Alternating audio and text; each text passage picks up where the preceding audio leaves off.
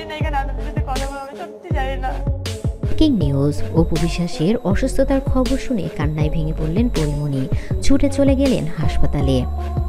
বাংলা সিনেমার প্রিয় মুখ ও টলিউড কুইন অপু বিশ্বাস হঠাৎ গুরুতর অসুস্থ হয়ে পড়েছেন। রাতের অন্ধকারে তড়িঘড়ি করে হাসপাতালে ভর্তি করা হয়েছে তাকে। চিকিৎসকরা জানিয়েছেন তার অবস্থা আশঙ্কাজনক। এখন সিদ্ধান্ত নিতে হবে দেশের বাইরে নেওয়া হবে কিনা।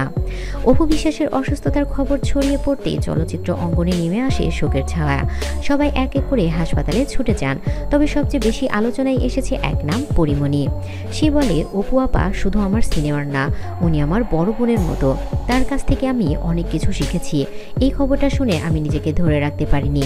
পরিমণি কেবল হাসপাতালে গিয়েই থামেনি, সে নিজে থেকেই পরিমণির অপু বিশ্বাসের পরিবারের সঙ্গে দেখা করেছেন, সান্ত্বনা দিয়েছেন ছোট্ট জয়কে, যে এখন মায়ের শয্যায় বসে একা একা কান্না থামাতে পারছেন না।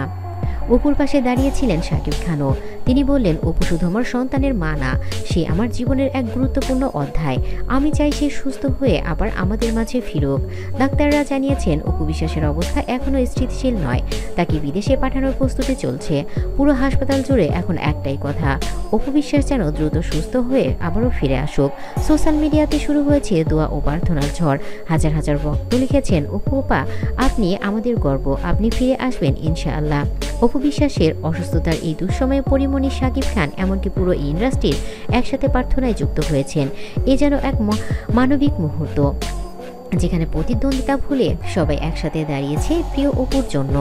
চলচ্চিত্র জগতে আবার হাসুক, পর্দা আবার আলোকিত হোক অপু বিশ্বাসের হাসিতে, এই কামনাই সবাই করছে। আপনাদের মন্তব্য লিখে দিন। অপু আপা আমরা আপনাদের পাশে আছি। তো বন্ধুরা, আপনারা যদি অপু বিশ্বাসকে ভালো থাকেন তাহলে অবশ্যই অপু বিশ্বাসের জন্য একটি আমিন লিখে যাবেন বা একটি লাভ রিয়াক্ট দিয়ে যাবেন।